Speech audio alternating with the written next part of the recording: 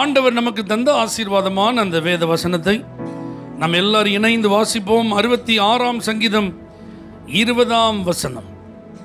என் ஜெபத்தை தள்ளாமலும் தமது கிருபையை என்னை விட்டு விலக்காமலும் இருந்த தேவனுக்கு ஸ்தோத்திரம் உண்டாவதாக. அல்லேலூயா. அதனுடைய பின்பகுதி தேவனுக்கு ஸ்தோத்திரம் உண்டாவதாக. அல்லேலூயா. அப்ப இந்த மாதம் உங்க மூலமா கர்த்தர் மகிமைப்படுகிற மாதம், உங்க வாழ்க்கை மூலமாய் கர்த்தர் மகிமைப்படுகிற மாதம். எல்லாரும் நீங்க என்ன செய்ய போறீங்க அப்படின்னா, கர்த்தர் ஸ்தோத்தரிக்கப்படத்தக்கவர் என்பதை பார்க்க போறீங்க. அல்லேலூயா. ஆமென் சொல்லுங்க. 3 நபர்களுடைய வாழ்வில் 3 சூழ்நிலைகள், அதுல தேவனுக்கு ஸ்தோத்திரம் உண்டாவதாக என்ற அதே அனுபவத்தை இந்த மாத கர்த்தர் உங்களுக்கும் தருவார் என்கிற ஆசீர்வாதத்தை நான் வேகமாய் உங்களுக்கு சொல்ல விரும்புகிறேன். 2 நாளாகமம் 2ஆம் அதிகாரம் 12ஆம் வசனம். கர்த்தருக்கு ஒரு ஆலயத்தையும் தமது ராஜரீகத்திற்கு ஒரு அரண்மனையை கட்டத்தக்க யுக்தியும் புத்தியும் உடைய ஞானமுள்ள குமாரனை தாவீது ராஜாவுக்கு கட்டளையிட்டவராகிய வானத்தையும் பூமியும் உண்டாக்கின இஸ்ரவேலின் தேவனாகிய கர்த்தருக்கு ஸ்தோத்திரம் உண்டாவதாக. அல்லேலூயா. நான் சொன்னேன், இந்த மாதம் உங்க மூலமா கர்த்தர் என்ன செய்ய போறார்? மகிமைப்பட போகிறார். தீரு அப்படிங்கிற அந்த தேசத்தின் ராஜா ஈராம், அவர் சாலமோனை பார்த்து இந்த வார்த்தை என்ன செய்யறாரு? சொல்லும்போது கர்த்தரை மகிமைப்படுத்துறார். தாவீதினுடைய மகன் சாலமோன், தாவீது ஆண்டவருக்காக ஒரு பிரம்மாண்டமான ஆலயத்தை கட்ட ஆசைப்பட்டார். ஆனால் கர்த்தர் அந்த வாய்ப்பு அவருக்கு கொடுக்கல. இப்போ அந்த வாய்ப்பு யாருக்கு கிடைக்குது? சாலமோனுக்கு கிடைக்குது. இப்போ இந்த சாலமோன் அரண்மனையும் கட்டுறான், ஆலயத்தையும் கட்டுறான். இதை கட்டுற இந்த சாலமோனுக்கு அடைமொழியா சில வார்த்தை இருக்கு: யுக்தி, புத்தி, ஞானம்.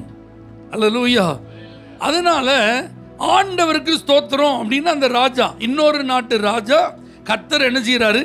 மகிமைப்படுத்துகிறார். அப்ப இந்த மாதம் உங்கள் மூலமாகவும் கர்த்தருடைய நாமம் மகிமைப்படும், உங்க பிள்ளைகள் மூலமாகவும் கர்த்தருடைய நாமம் மகிமைப்படும். தாவீதும் இந்த இடத்துல குறிப்பிடப்படுகிறார், சாலமோனும் குறிப்பிடப்படுகிறார். அப்ப அப்பாவும் இந்த இடத்துல வர்றாரு, மகனும் இந்த இடத்துல வர்றார். அப்போ உங்க குடும்பம் கர்த்தரை மகிமைப்படுத்தும் பாக்கியத்தை பெறும் என்பதில் சந்தேகம் இல்லை. அல்லேலூயா. தாவீது ராஜா, அதுக்கப்புறம் இந்த சாலமோன் அப்படின்னு சொல்லி சும்மா சொல்லாம அவர்களுடைய அந்த விசேஷமான காரியங்கள் எழுதப்பட்டிருக்கு பார்த்தீங்களா? யுக்தி, புத்தி, ஞானம். அதே மாதிரி உங்களுடைய ஸ்பெஷாலிட்டியை சொல்லி தேவனை மகிமைப்படுத்தும் ஒரு நல்ல அனுபவத்தை இந்த மாதத்தில் கர்த்தர் வெளிப்படுத்துவார். நீங்களா ரொம்ப பிரில்லியன்ட், நீங்களா ரொம்ப ஜீனியஸ், நீங்களா ரொம்ப திறமையானவங்க, நீங்களா ரொம்ப எக்ஸலண்டான ஆட்கள், நீங்களா ரொம்ப ஆக்டிவான ஆட்கள், நீங்களா நல்ல ஒரு திறமசாலிகள், இப்படி உங்களை பற்றி சொல்லும்போது அது உங்களுக்கு அல்ல, உங்கள் தேவனுக்கு மகிமை வரப்போதும். ஆமென் சொல்லுங்க பார்க்கலாம். அல்லேலூயா. இப்போ சாலமோன் இந்த கட்டுற இந்த தேவாலயத்துக்கு வேலை பார்க்கறக்கு ஆட்கள் எல்லாம் அவன் எவ்வளோ அனுப்பியிருக்கான் அப்படிங்கிறத அந்த முதல் வசனத்துல தான் வாசிங்கன்னா 70,000 பேர், 80,000 பேர். ஆமென். அவங்கள நிர்வாகம் பண்ணுறதுக்கு 3,000க்கும் 600 பேர், 3,600 பேர். ஆமீன் சொல்லுங்க பார்க்கலாம். அப்போ இது ஒரு பெரிய ப்ராஜெக்ட், இது ஒரு சின்ன ப்ராஜெக்ட் கிடையாது, ஒரு பெரிய ப்ராஜெக்ட், ஒரு பிரம்மாண்டமான காரியம். அதன் மூலமாய் தேவன் மகிமைப்பட்டார். அப்போ இந்த மாத கர்த்தர் உங்கள் கையில் பிக் ப்ராஜெக்ட்ஸ் எல்லாம் தருவார். பெரிய பெரிய ப்ராஜெக்ட் எல்லாம் கர்த்தர் தருவார். பெரிய பெரிய வேலைகள் எல்லாம் கர்த்தர் தருவார். இந்த வேலைகள் செய்யப்படணும் அப்படின்னா பல கோடி ரூபாய் அவன் கையில் புழங்கி இருக்கு. சாலமோன் கையில் என்ன செஞ்சிருக்கு? புழங்கி இருக்கு. அப்போ உங்க கைகளில் உங்களை நம்பி கர்த்தர் பல கோடிகளை தந்து அவர் மகிமைப்பட போகிறார். எத்தனை பேர் இதெல்லாம் நீங்க பார்த்து விசுவாசமா இந்த சத்தத்தை கேட்குறீங்க? அல்லேலூயா. உங்க வாழ்க்கையை கர்த்தர் அப்படி பிரம்மாண்டமாய் மாற்றி அதன் மூலமாய் மகிமைப்படும் மாதம் இது. நீங்களாம் யாருமே சாதாரண வேலை செய்கிற ஆட்கள் கிடையாது, பெரிய வேலை செய்கிற ஆட்கள். உங்க கையில் கொடுக்கப்பட்டிருக்கிற பொறுப்புலாம் சாதாரண பொறுப்பு கிடையாது, எல்லாம் பெருசு. ஆண்டவர் அப்படி உங்களை மாற்றி அந்த வேலைகளின் மூலம் மகிமைப்படுவார். ஆமென் சொல்லுங்க பார்க்கலாம். அப்ப இவன் ஒரு பெரிய அட்மினிஸ்ட்ரேட்டர், ஒரு நல்ல சிறந்த நிர்வாகி. அதன் மூலமாய் ஆண்டவர் மகிமைப்படுகிறார். கர்த்தர் யுக்தி புத்தி ஞானம் உள்ள ஒரு குமாரனை அந்த தாவீது ராஜாவுக்கு கொடுத்ததுனால அவருக்கு ஸ்தோத்திரம் சொல்றார் பார்த்தீங்களா? அப்போ இந்த சாலமோன் யாரு? அவன் ஒரு பெரிய தலைவன், அவன் ஒரு சிறந்த நிர்வாகி, எல்லா விஷயத்தையும் நல்ல பக்காவா பிளான் பண்ணி செய்யக்கூடிய ஒரு நல்ல மனுஷன். இதுதான் தேவன் இந்த இடத்துல என்ன செய்யுது? மகிமைப்படுத்துகிறது. ஆமென் சொல்லுங்க பார்க்கலாம். அப்போ உங்கள் வாழ்க்கையில் கர்த்தர் உங்கள்கிட்ட தர்ற பொறுப்பு இருக்கு பார்த்தீங்களா, அது சின்னதாக இருந்தாலும் அதை நேர்த்தியாக நீங்கள் செய்கிறீங்களே, அதன் மூலமாக கர்த்தர் மகிமைப்படுவார். அது சில லட்சங்களாக இருந்தாலும் அதை நீங்கள் உண்மையாக செய்யும்போது, அதன் மூலமாக ஒரு பெரிய காரியம் வரணும்னு நீங்கள் ஆசைப்பட்டு அதை நீங்கள் செய்யும்போது அதன் மூலமாக கர்த்தர் மகிமைப்படுவார். அல்லேலூயா. தேவ ஆலயத்தின் வேலையில் ஈடுபடுவதன் மூலம் கர்த்தர் மகிமைப்படுவார். தேவனுடைய ஆலய கட்டுமான பணியில் நீங்கள் பங்கெடுப்பதன் மூலம் உங்கள் மூலம் கர்த்தர் என்ன செய்யப்பட போகிறார்? மகிமைப்பட போகிறார். இவன் தன்னுடைய ராஜரீகத்திற்கென்று அரண்மனை, ராஜா எங்க குடியிருப்பாரு? அது அவருக்கு வீடு. அப்போ உங்களுக்கு கர்த்தர் ஒரு வீட்டை கட்டி அதன் மூலமாக மகிமைப்படுவார். சொந்த வீடு இல்லாதவங்களாம் நீங்கள் நல்ல பிரம்மாண்டமான சொந்த வீடுகளை கட்டுவீர்கள். அந்த வீட்டில் நீங்கள் குடியேறுவதன் மூலம் யார் மகிமைப்பட போறா? நான் பெருமைப்படுறதுக்கு அல்ல, கர்த்தர் மகிமைப்பட போகிறார். சாலமோனுக்கு அப்படிப்பட்ட ஒரு ராஜரீக மேன்மையை ஆண்டவர் கொடுத்து அதன் மூலம் இன்னொரு ராஜா சொல்றான், தேவனுக்கு என்ன உண்டாகட்டும்? ஸ்தோத்திரம் உண்டாகட்டும். அப்போ உங்கள் வேலை மூலமாக கர்த்தர் ஸ்தோத்தரிக்கப்பட போகிறார். உங்கள் திறமைகள் மூலமாக கர்த்தர் மகிமைப்பட போகிறார். உங்களுக்கு கொடுக்கப்படுகிற பொறுப்புகள் மூலமாக கர்த்தருடைய நாமம் உயர்த்தப்பட போகிறது. உங்கள் மூலமாய், உங்கள் குடும்பத்தின் மூலமாய், உங்கள் பிள்ளைகள் மூலமாய் தேவன் மற்றவர்களாலே உயர்த்தப்பட போகிறார். நீங்கள் செய்ய போகிற காரியங்கள் பிரம்மாண்டமாக இருக்குது பார்த்தீங்களா? அதனால் கர்த்தர் மகிமைப்பட போகிறார்.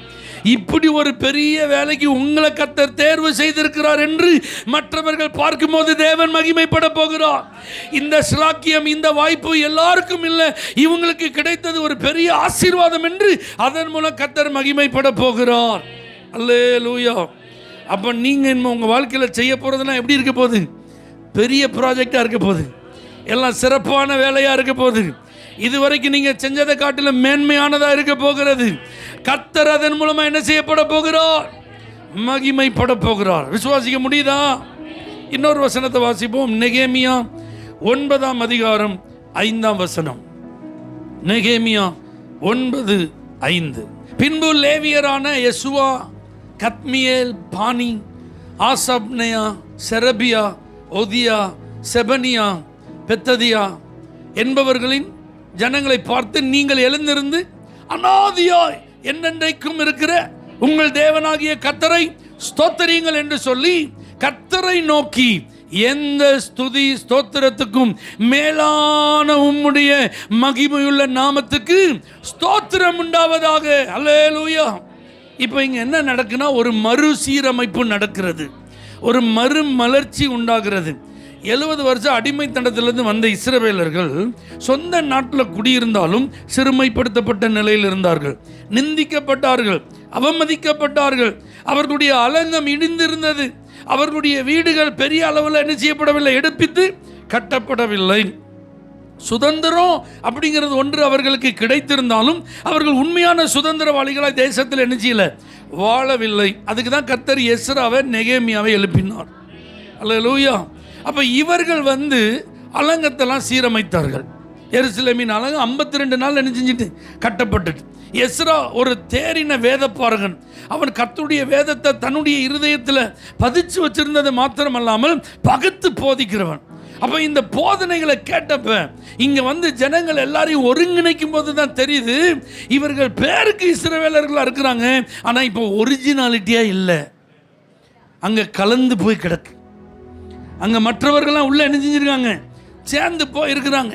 இப்போ இந்த வேத வசனத்தை அவர்களுக்கு போதித்த போதுதான் அவர்களுடைய தவறு அவங்களுக்கு என்ன செய்யுது, தெரிகிறது. தேவன் விரும்பாததெல்லாம் அவங்க வாழ்க்கையில் இருக்குன்னு புரியுது. உடனே பாருங்க, மழை பெஞ்சிட்டு இருக்கு. அப்போ மழையில நின்று என்ன செஞ்சிருக்காங்க, குளிரில் நடுங்கிட்டு இருக்காங்க. வசனத்தை வாசிக்கும் போது கேட்டுட்டே இருக்கிறாங்க. இப்போ இதன்படி தங்கள் அந்த மற்றவர்களெல்லாம் தங்களிடத்திலிருந்து விளக்கணும்னு தீர்மானம் பண்ணும்போது அந்த நாட்களில் சொல்கிறாங்க, இது பெரிய வேலை, இது ஒரு நாளெல்லாம் என்ன செய்யாது. ஏன்னா எல்லாருக்குள்ளேயும் அப்படி இருக்குது, பிரபுக்களின் கையே இதில் என்ன செஞ்சுருக்கு, கலந்துருக்கு. இதெல்லாம் சரி பண்ணால் கொஞ்சம் டைம் எடுக்கும் அப்படின்னு சொல்லி என்ன செய்கிறாங்க, நேரம் எடுத்து கர்த்தருக்கென்று அவர்கள் தங்களை மறுபடி அர்ப்பணிக்கிறார்கள். அசுத்தத்தை தங்களை விட்டு அகற்றினார்கள். மற்றவர்களோடு கலந்திருந்த அந்த எல்லா காரியத்தையும் அவர்களை விட்டு என்ன செய்கிறாங்க? விளக்குறாங்க. இப்போ இந்த இடத்துல இந்த முதல் வசனத்தில் நீங்கள் வாசிச்சு பார்த்தீங்கன்னா, ஒரு ஜாமம் முழுவதும் ஆண்டுடைய வசனம் வாசிக்கும் போது எல்லாம் பயபக்தியாக நின்று நினச்சிக்கிட்டே இருக்காங்க, கேட்டுகிட்டே இருக்காங்க. கேட்குறவங்களாம் யார் தெரியுமா? தங்களுடைய பாவங்களை அறிக்கையிட்டு விட்டுட்டு பரிசுத்தமாக வாழ பிரதிஷ்டையோடு நின்றுட்டுருக்காங்க. அல்லேலூயா. அழுகுறாங்க, ஐயோ நாங்கள் இந்த மாதிரிலாம் பண்ணிட்டோமே, இந்த மாதிரிலாம் இருந்துட்டோமே அப்படின்னு சொல்லி அதை மனஸ்தாபப்பட்டு அதற்காக தங்களை மறுபடி ஒப்பு கொடுத்து தேவனுக்கு முன்பாக நிற்கிறாங்க. இதை பார்த்த ஆசாரியர்கள் சொல்றாங்க, அந்த மகத்துவமான தேவனுக்கு ஸ்தோத்திரம் உண்டாவதாக. ஆமென் சொல்லுங்க பார்க்கலாம். அப்போ உங்க வாழ்க்கை தேவனை ஸ்தோத்திரப்படுத்தும், ஸ்தோத்திரத்தை கொண்டு வரும், தேவனை மகிமைப்படுத்தும். ஆமென் சொல்லுங்க. பேரளவுக்கு நம்ம கிறிஸ்தவர்களாக இருப்பது தேவனுக்கு எந்த விதத்திலும் மகிமையை அனுப்பிய போறதில்லை. ஆனால் நீங்கள் பிரதிஷ்டையோடு வாழ்வது தேவனுக்கு மகிமையாக இருக்கும். எத்தனை பேருக்கு நான் சொல்றது புரியுது? அல்லேலூயா. நல்ல ஒரு அர்ப்பணத்தோடு, நல்ல ஒரு தீர்மானத்தோடு, உலகத்தோடு ஒத்த வேஷத்தை தெரியாமல், நீங்கள் வேறு பிரிக்கப்பட்டவர்கள், நீங்கள் அழைக்கப்பட்டவர்கள், நீங்கள் முத்தரிக்கப்பட்டவர்கள், நீங்கள் தேவனால் முன்குறிக்கப்பட்டவர்கள், நீங்கள் அபிஷேகம் பண்ணப்பட்டவர்கள் என்கிற ஒரு அடையாளத்தோடு வாழ எனக்கு என்ன தடை இருந்தாலும் அந்த தடைகளை என்னை விட்டு அகற்றி, எப்படிப்பட்ட அசுத்தத்தில் நான் சிக்கி இருந்தாலும் இனி ஒருபோதும் அதற்கு நான் இடம் கொடுக்க மாட்டேன் என்று உங்களுடைய வேறுபட்ட ஜீவியருக்கு பார்த்தீங்களா? அல்லேலூயா. அது தேவனுக்கு ஸ்தோத்திரத்தை கொண்டு வரும். ஆமென் சொல்லுங்க. நல்லா புரிஞ்சுக்கோங்க. ஆதி நாட்களில் கர்த்தருக்கென்று தங்களை பிரதிஷ்டை செய்து ஒப்பு கொடுத்த போது அது இந்த உலகத்தின் பார்வையில் வேடிக்கையான செஞ்சது இருந்தது, பைத்தியக்காரத்தனமாக என்ன செய்தது இருந்தது. ஆண்டவருக்கு மேலே அவங்க வச்சிருந்த அன்பு, வைராக்கியம், அதெல்லாம் காட்டுறதுக்கு அவங்க தங்களை எப்படிலாம் வித்தியாசப்படுத்தி காட்டணும் அப்படிலாம் என்ன செஞ்சாங்க?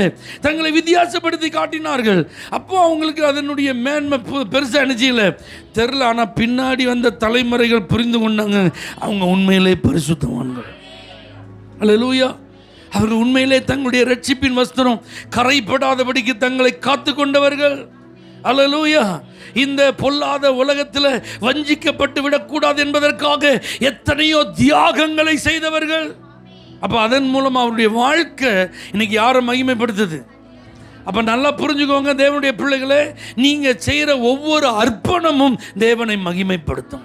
நீங்கள் செய்கிற ஒவ்வொரு தியாகமும் தேவனை மகிமைப்படுத்தும். நீங்கள் கர்த்தருக்கென்று செய்கிற ஒவ்வொரு பிரதிஷ்டையும் ஆண்டவரை மகிமைப்படுத்தும். அப்போ ஆசாரியர்களாகிய நாங்கள் உங்களை பார்க்கும்போது உங்கள் வாழ்க்கை நிமித்தம் நாங்கள் யாரை துதிப்போம்? கர்த்தரை துதிப்போம். இவங்க இருளில் இருந்தவர்கள், பிசாசின் வல்லமையில் பிடிக்கப்பட்டிருந்தவர்கள், இவர்கள் உலகத்தோடு பிணைந்திருந்தவர்கள். ஆனால் இன்னைக்கு ஆண்டவருக்காக இவர்கள் வாழுகிற வாழ்க்கை உண்மையிலே மெச்சி கொள்ளப்படத்தக்கது, உண்மையிலே பாராட்டப்படத்தக்கது. இதற்காக இவர்கள் எதையோ இழந்திருக்கிறார்கள், இதற்காக எவ்வளவோ அவமானங்களை சகித்திருக்கிறார்கள், இதற்காக இவர்கள் சமுதாயத்திலிருந்து ஒதுக்கப்பட்டிருக்கிறார்கள், அநேகர் இவர்களை புறக்கணித்திருக்கிறார்கள், அநேக ஆதாயங்கள் அவர்களுக்கு கிடைக்காமல் போயிருக்கிறது. ஆனாலும் தங்களுடைய பிரதிஷ்டையில் எப்படி இருக்காங்க? உறுதியா இருக்கிறாங்கன்னு பார்க்கும்போது அதன் மூலம் தேவனுக்கு மகிமை. இந்த மாதம் உங்கள் லைஃப் அப்படி ஒரு டெடிகேட்டடா இருக்கட்டும், பிரதிஷ்டை உள்ள ஒரு வாழ்க்கை வாழ உங்களை ஒப்பு கொடுங்க. அல்லேலூயா. ஆண்டவர் சம்பந்தப்பட்ட காரியம் வைராகியமா இருக்கிற ஒரு நபரா இந்த உலகம் உங்களை பார்க்கட்டும், உங்க குடும்பம், இந்த சமுதாயம் பார்க்கட்டும். அல்லேலூயா. ஞாயிற்றுக்கிழமையா 8:30 மணிலேருந்து 10:30 மணி வரைக்கும் அவங்கள தெருவில் வேற எங்கேயும் என்ன செய்ய முடியாது பார்க்க முடியாது, வீட்டில் வேற எங்கேயும் என்ன செய்ய முடியாது பார்க்க முடியாது. அவங்க எங்கே தான் இருப்பாங்க? சர்ச்சில் தான் இருப்பாங்க. அல்லேலூயா. சர்ச்சுக்கு அவங்க போகிறாங்களா, அவங்க அதுக்கப்புறம் எந்த இடத்துக்கு என்ன செய்ய மாட்டாங்க? தங்களுடைய கவனத்தை திருப்பி போக மாட்டாங்க. ஆண்டவர் சம்பந்தப்பட்ட காரியத்தில் ஈடுபட்டுட்டாங்களா, அதை முடிச்சுட்டு தான் அடுத்த வேலை என்ன செய்வாங்க? பார்ப்பார்கள். அல்லேலூயா. அந்த மாதிரி ஒரு அர்ப்பணம் உள்ள ஒரு வாழ்க்கையை கர்த்தர் இந்த புதிய மாதத்தில் நம்மிடத்தில் எதிர்பார்க்கிறோம். அல்லேலூயா. எல்லாரும் போல நம்ம என்ன செய்யக்கூடாது? இருக்கக்கூடாது. நல்லா கொஞ்சம் உங்களை ஆராய்ந்து பாருங்கள். நீங்கள் ரட்சிக்கப்பட்ட ஆரம்பத்தில் நீங்கள் எப்படி இருந்தீங்க? ஆண்டவரை நேசித்தது, ஆண்டவரை தேடினது, ஆண்டவர் சம்பந்தப்பட்ட காரியத்தில் உங்களை ஈடுபடுத்தி கொண்டதெல்லாம் நீங்கள் கொஞ்சம் திரும்பி பாருங்கள். உங்கள் இள வயதின் பக்தின்னு ஒன்று இருக்கா? அது எப்படி இருந்துச்சு? ஆனால் இப்போ உங்கள் பக்தி எப்படி இருக்கு? ஆதியில் நீங்கள் ஆண்டவர் மேலே வச்சிருந்த அன்பு அது உங்கள் உள்ளத்தில் எப்படி பொங்கி வழிந்தது, இன்னைக்கு நீங்கள் ஆண்டவர் சம்பந்தப்பட்ட காரியத்தில் எப்படி இருக்கீங்க, இதெல்லாம் கொஞ்சம் சீர்தூக்கி பாருங்கள். இங்கே இந்த இடத்துல அவர்கள் எல்லாவற்றையும் ஒதுக்கி தங்களுடைய பாவங்களை அறிக்கையிட்டு மன்னிப்பை பெற்றுக்கொண்டு புதிய வாழ்க்கையின் துவக்கத்திற்கு தங்களை அர்ப்பணித்து ஒரு ஜாமம் மட்டும் நின்றார்கள்.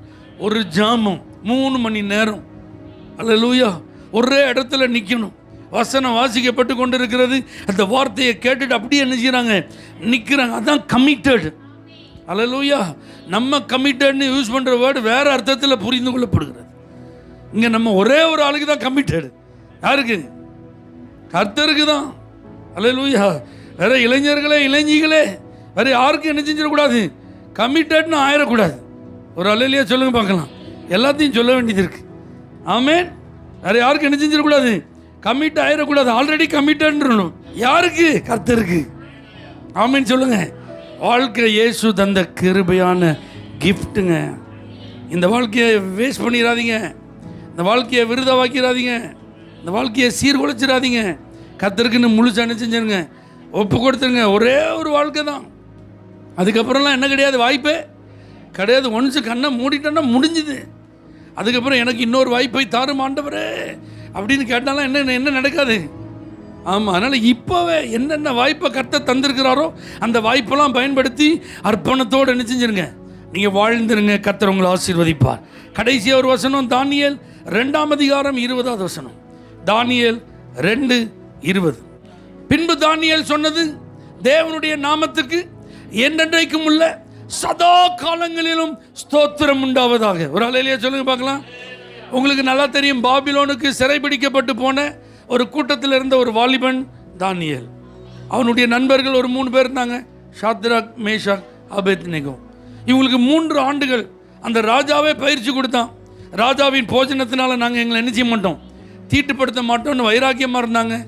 அந்த 3 வருஷம் கோர்ஸ் முடிஞ்சோடனே ஃபைனல் எக்ஸாமில் என்ன செஞ்சாங்க, அவுட்ஸ்டாண்டிங்காக பெர்ஃபார்மன்ஸ் பண்ணாங்க. இன்டர்வியூவில் டாப்பராக வந்தாங்க. வைவாவில் நம்பர் 1 வந்தாங்க. கவர்மெண்ட் வேலை கிடச்சிட்டு. அல்லேலூயா. அரண்மனை உத்தியோகஸ்தர்லாம் என்ன செஞ்சிட்டாங்க, மாறிட்டாங்க. இப்போ திடீர்னு ஒரு நாள் நேபுகாத் நேச்சாருக்கு கனவு. அந்த கனவு கொஞ்சம் அதிர்ச்சியாக இருந்ததுன்னா முழிச்சிட்டான். முழிச்சவனுக்கு கனவு மறந்துட்டு இப்போ அவனுடைய ராஜ்யத்தில் இருக்கிற ஜோசியக்காரன், சாஸ்திரிகள், ஞானிகள் எல்லாத்தையும் கூப்பிட்டு, நான் இப்படி ஒரு கனவை கண்டுட்டு இருந்தேன், திடீர்னு அதை முழிச்சதுனால மறந்துட்டேன், எனக்கு கனவையும் சொல்லணும். அப்போ எல்லாரும் என்ன சொன்னாங்க, ஐயா கனவை சொல்லுங்கள், உங்களுக்கு நாங்கள் என்ன சொல்கிறோம். அவன் பார்த்தான், உங்களுக்கு நான் குவார்ட்டர்ஸ் கொடுத்துருக்கிறேன், எல்லா கவர்மெண்ட்லேருந்து அலவன்சஸ் நிறைய என்ன செஞ்சுருக்கேன், கொடுத்துருக்கேன். மற்றவங்களுக்கு கொடுக்குறத காட்டில் ஏகப்பட்ட சம்பளத்தை என்ன செய்கிறேன்னா உங்களுக்கு கொடுத்துருக்குறேன், எக்ஸ்ட்ரா சலுகைகள்லாம் கொடுத்துருக்கேன். எனக்கு ஒரு அவசரம்னா நீங்கள் உதவி செய்யலைன்னா உங்களுக்கெல்லாம் எதுக்குடா வேலை அப்படின்னு சொல்லலை, உங்களுக்கெல்லாம் எதுக்குடா உயிருண்டான். அல்லேலூயா. சஸ்பெண்ட் போ அப்படின்னா கூட சரி, போயிட்டு திரும்ப காலில் கையில் விழுந்து எங்கேயாவது ரெக்கமெண்ட் பண்ணி வந்துடுறான். உயிரே எடுத்துருண்டான். அவ்வளோ பேர் ராஜ்யம் எங்கும் இருக்கிற அவ்வளோ பேரை கொல்றனுண்டான். இப்போ தான் தானியலை தேடி அரெஸ்ட் பண்ண வராங்க. என்னப்பா இவ்வளவு வேகமாக அரெஸ்ட் பண்ணுறீங்களா, என்ன விஷயம்னா விஷயத்தை சொல்கிறான். தவனை கேட்குறான். ராத்திரி தன்னுடைய நண்பர்களெல்லாம் சொல்லி ஜோம் பண்ணுறான். மறைப்பொருள் வெளிப்படுத்தப்பட்டது. அல்லேலூயா. அந்த மறைப்பொருள் வெளிப்படுத்தப்பட்டதுனால இப்போ தானியேல் என்ன செய்கிறாரு, ஸ்தோத்திரம் பண்ணுறார். ஆமென் சொல்லுங்க. அப்போ இந்த மாதம் நீங்கள் எதுக்கு ஸ்தோத்திரம் பண்ணுவீங்கன்னு தெரியுமா? ஒரு அவசரமான சூழ்நிலையில், ஒரு நெருக்கடியான நேரத்தில் ஒரு ஜெபத்தை நீங்கள் பண்ணிட்டு தூங்கி காலையில் எழுந்திப்பீங்க, ஒரு அற்புதம் நடந்திருக்கும். அது வழக்கமானது கிடையாது, அது இயற்கைக்கு அப்பாற்பட்டது, அது ஒருத்தருக்கும் இது வரைக்கும் செய்யப்படாதது.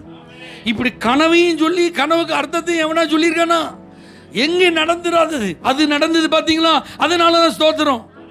அப்போ நீங்கள் ரெகுலராக ஜெபிக்கிறதுலாம் உண்டு, ஆனால் இந்த ஜெபம் வழக்கமானது அல்ல.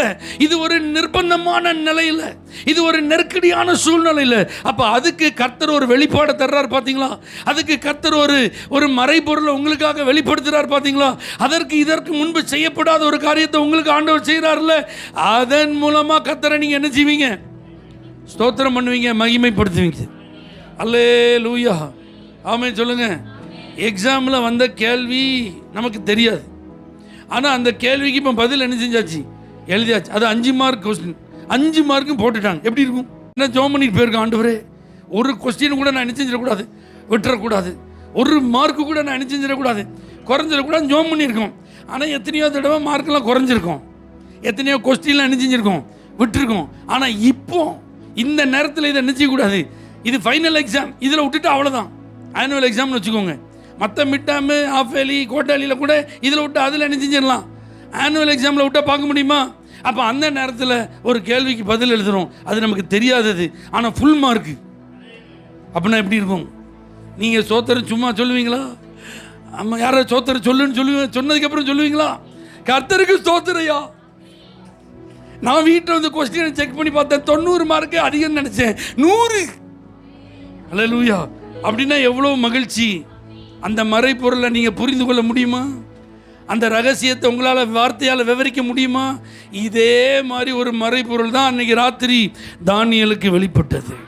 அல்லேலூயா. உங்கள் வேலையில் அப்படி ஒரு காரியத்தை கர்த்தர் செய்வார்.